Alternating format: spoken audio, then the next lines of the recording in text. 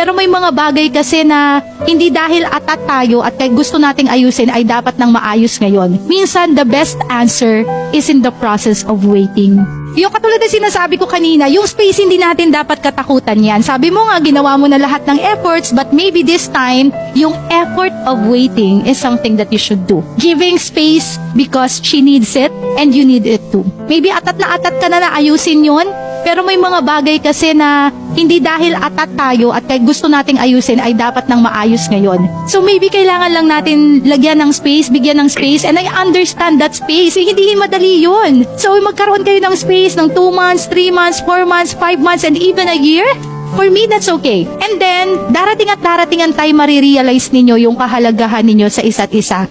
And if after that space ay hindi pa rin siya nakipagbalikan sa'yo, and after that space ay hindi mo na talaga siya mahal, then mapapatunayan ninyo na yung pagmamahalan pala ninyo na akala ninyo'y totoong-totoo at malalim for several years ay hindi naman pala talaga totoo.